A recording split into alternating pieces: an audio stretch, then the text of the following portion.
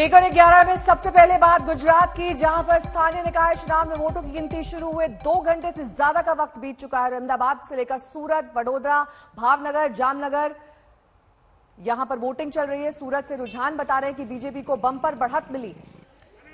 इन सभी नगर पालिकाओं में बीजेपी का ही कब्जा था। करीब 6 शहरों की 100 से ज्यादा जो वार्ड है, 576 सीटों पर वोट डाले गए। अहमदाबाद में बीजेपी 60 से ज्यादा, तो सूरत में 25, राजकोट में 20 से ज्यादा सीटों पर बीजेपी आगे है।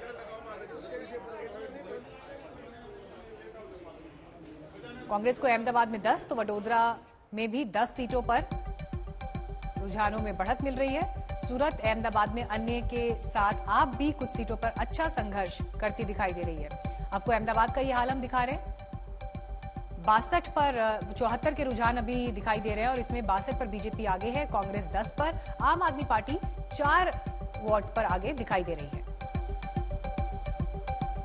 सूरत की अगर आपको हम रुझानों की स्थिति इस वक्त दिखाएं तो 25 पर बीजेपी आगे है, 5 पर कांग्रेस पार्टी, आम आदमी पार्टी 12 वार्ड्स पर फिलहाल आगे दिखाई दे रही है। लेकिन एआईएमआईएम का यहां पर खाता खुलता नहीं दिखाई दे रहा, जबकि आप और एआईएमआईएम ने पहली बार निकाय चुनावों में, निगम चुनावों में इस बार एंट्री ली है।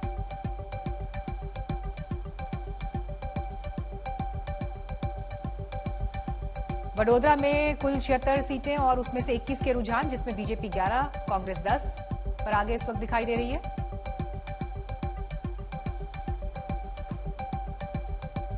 जामनगर की 64 वार्ड में से 21 के अभी रुझान दिखाई दे रहे हैं, जिसमें बीजेपी 11 पर आगे, कांग्रेस 6 पर और आम आदमी पार्टी 4 पर आगे दिखाई दे रही है।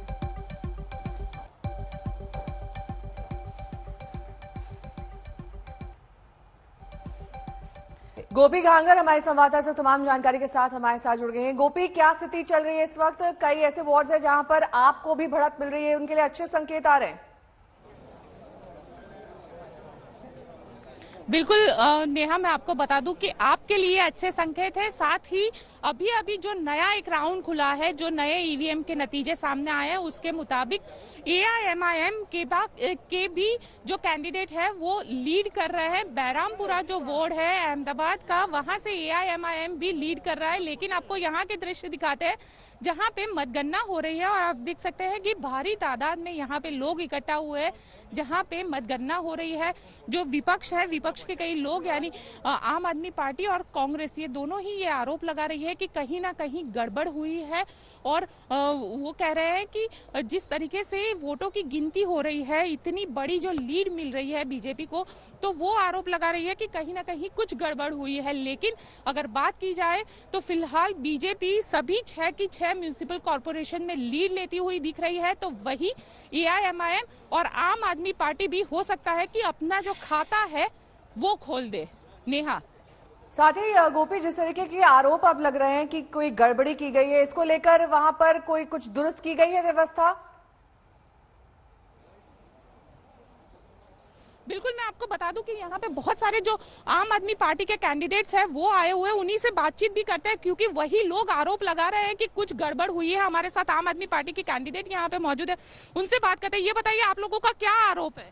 हमारा ये आरोप है कि इतनी वोटिंग हुई नहीं थी, तो ये अंक कैसे बता रहे हैं। हमारी एक ही इच्छा है, बैलेट पेपर पर होना चाहिए और फिर से मतदान होना चाहिए। लेकिन जिस तरीके के नतीजे आए, अब हार रहे हैं, इसलिए इस तरीके के आरोप लगा रहे हैं आप लोग? नहीं, सर्वे किया है और जनता ऐसी तो है नहीं कि अभी डीजल के भाव बढ़ाए हैं, मोहंगाई में इतनी सब बढ़ा है, तो ऐसी जनता को ऐसी तो पार्टी नहीं चाहिए कि मोहंगाई बढ़ाए और ऐसी सरकार चाहिए। तो ये वोटिंग आया कहाँ से? इतनी एवरेज ही नहीं थी।